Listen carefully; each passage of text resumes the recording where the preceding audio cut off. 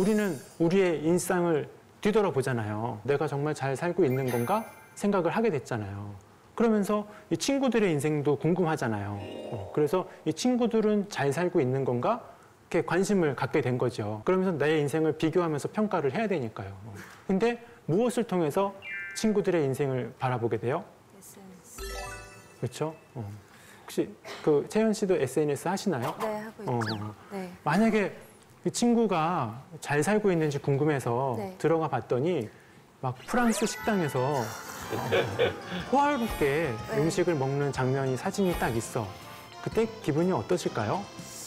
어떻게 저길 가게 됐을까? 내 집부터 시작해서 여러 가지를 많이 구체적으로 생각하게 될 것 같아요. 그렇죠. 내가 정말 좋아하는 친구인데 막상 너무 잘 살고 있으면 이게 조금 생각이 좀 복잡해지죠. 조금 복잡해져요. 그래요. 예전에도 내 인생을 타인의 인생하고 비교를 하기도 했었고 친구들한테 좋은 소식이 들리면 마음이 좀 복잡하기도 했었어요. 예를 들어서 친구가 전화로 그러는 거예요.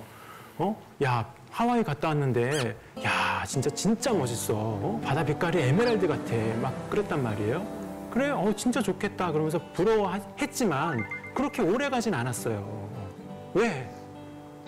내가 하와이를 모르거든. 친구가 막 에메랄드라고 막 얘기를 하는데 내가 에메랄드를 모르거든요. 그럼 내가 상상할 수 있는 것에서 가장 멋있는 걸 상상하지 그게 어떤 모습인지 알 수가 없었단 말이에요. 그런데 지금은 사진이 딱 나오잖아요. 사진이 딱 나오고 그 사진에 내 친구 얼굴이 딱 들어가 있는 거예요. 그러니까 친구가 정말 잘 살고 있다고 나는 마음속으로 각인이 될 수밖에 없는 거죠.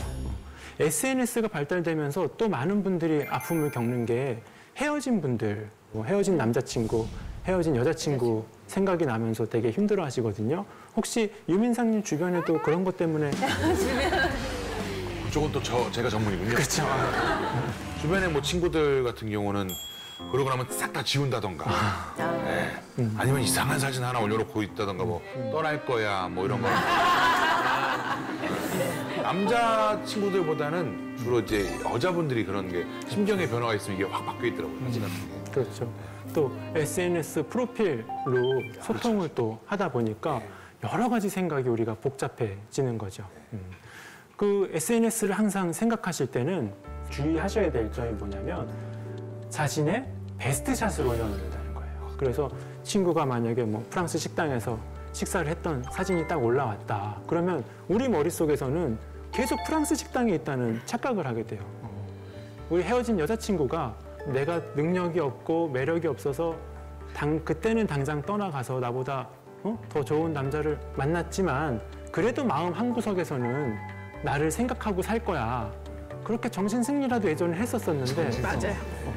지금은 딱 들어가 보면 너무 행복한 표정을 짓고 있잖아요. 그래서 이 친구들, 지나간 인연들이 항상 그 베스트 샷만 보이기 때문에 베스트 샷만 지금 보고 내가 혼란스러워한다는 거 알면서도 이게 나만 힘들게 살고 있는 거 아닌가 하는 착각에 빠지게 된다는 겁니다. 항상 우리가 남들과 비교할 때는 저들도 제일 좋은 모습만 보여주려고 하는 거라는 사실을 인식을 하고 있어야 됩니다.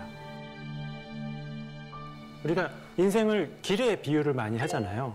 인생은 길을 걸어가는 과정인데 이 길이 평지가 아니에요.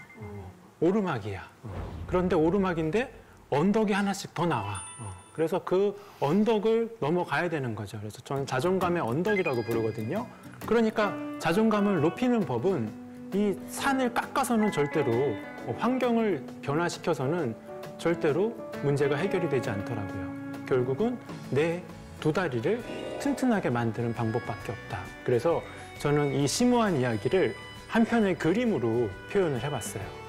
한때 제가 그 커뮤니티에서 그 별명이 윤 피카소였어요. 그 심오한 그림을 여러분께 보여드릴게요.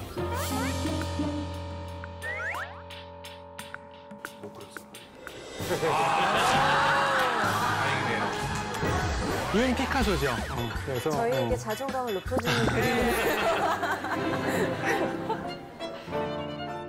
제 아내가 제일 잔소리하는 게 이거예요. 오늘 강의를 망치면 저 그림 때문에 망칠 거예요. 그래서 보다 못한 우리 제작진께서 그림을 새로 그려주셨어요. 우와. 우와.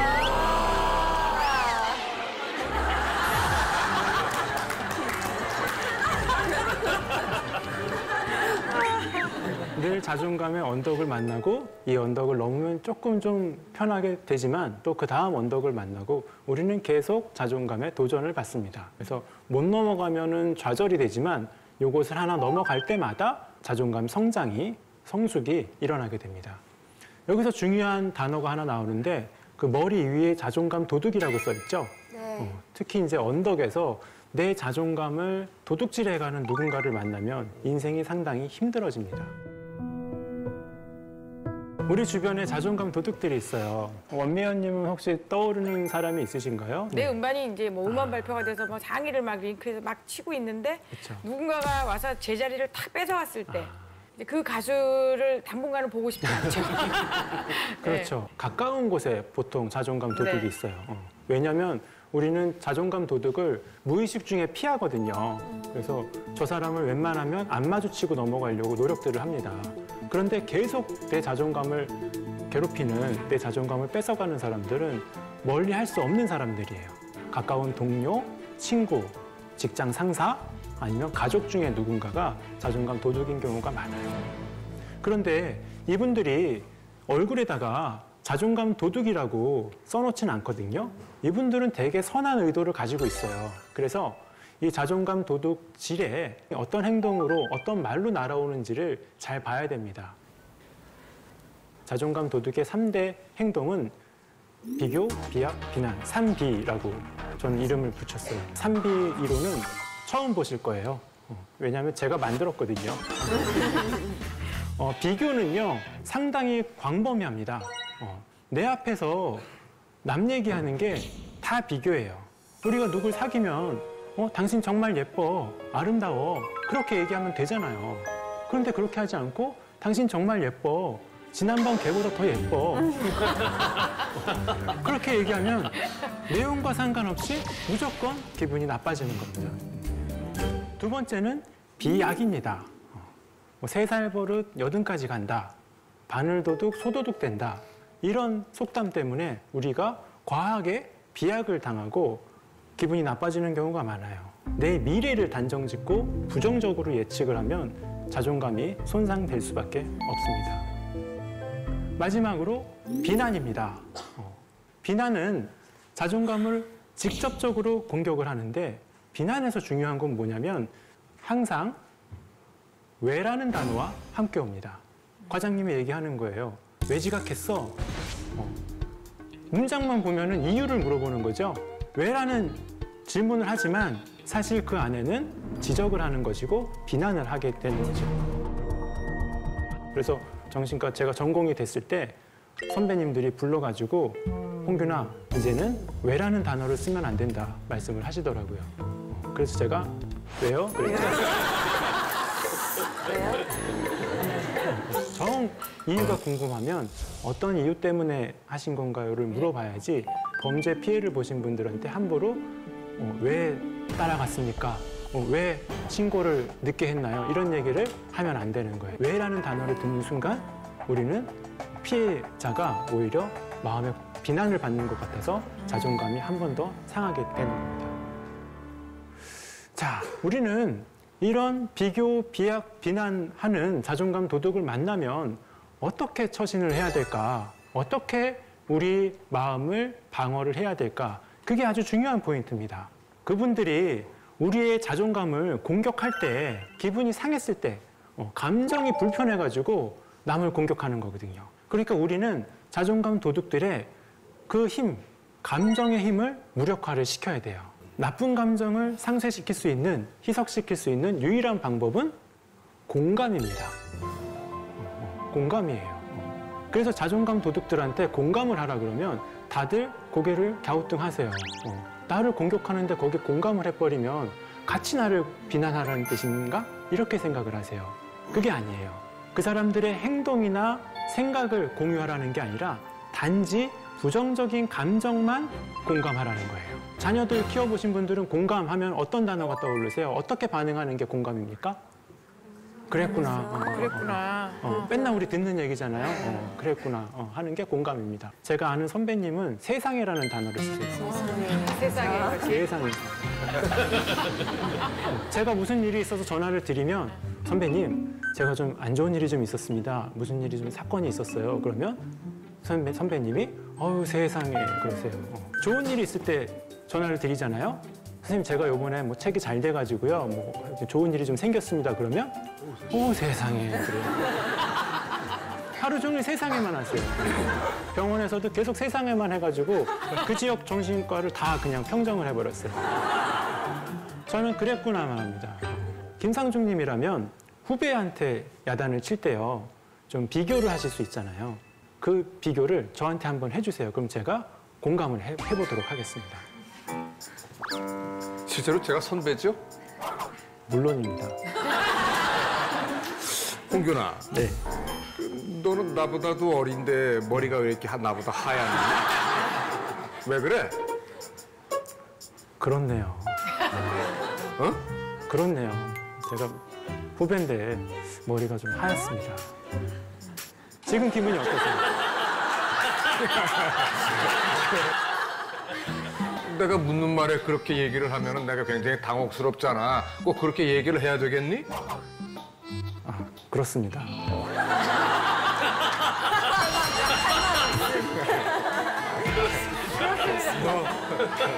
당혹스러우시겠습니다. 뭐 더 이상 할 말이 없네요.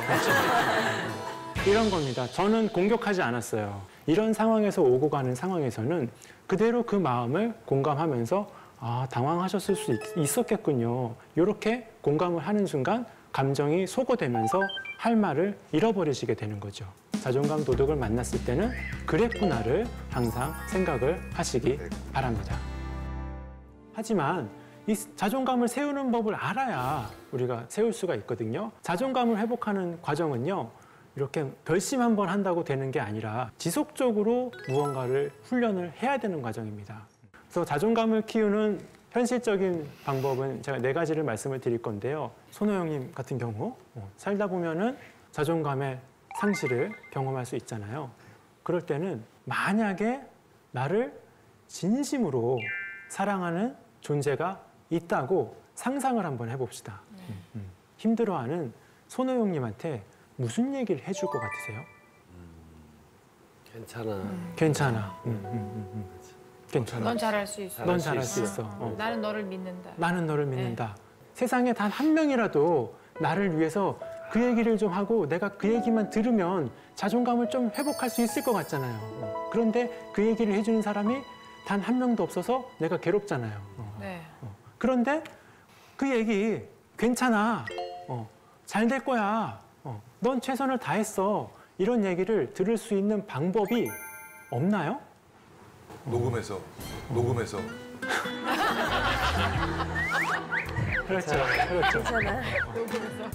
내 마음, 내가 듣고 싶은 얘기, 들었으면 하는 얘기를 남이 해줬으면 참 좋겠지만 아직은 그분들한테 여력이 없으니까 자신에게 괜찮다고 말을 해줘야 됩니다. 우리가 모든 일이 사건의 연속이라고 했잖아요. 그런데 우리가 오늘 만난 것도 사건이잖아요. 막상 이 사건을 경험했는데 마음에 안 들 수도 있어요. 윤원근 강의를 들었는데 자존감은 별로 높아지진 않고 시간은 길고 막 별로라는 생각이 들 수 있거든요. 그럴 때 어떻게 해야 된다고요? 괜찮다고 얘기해요. 괜찮다고 얘기해요. 괜찮다고 얘기해요. 왜냐? 그 이유가 2번째에 나옵니다.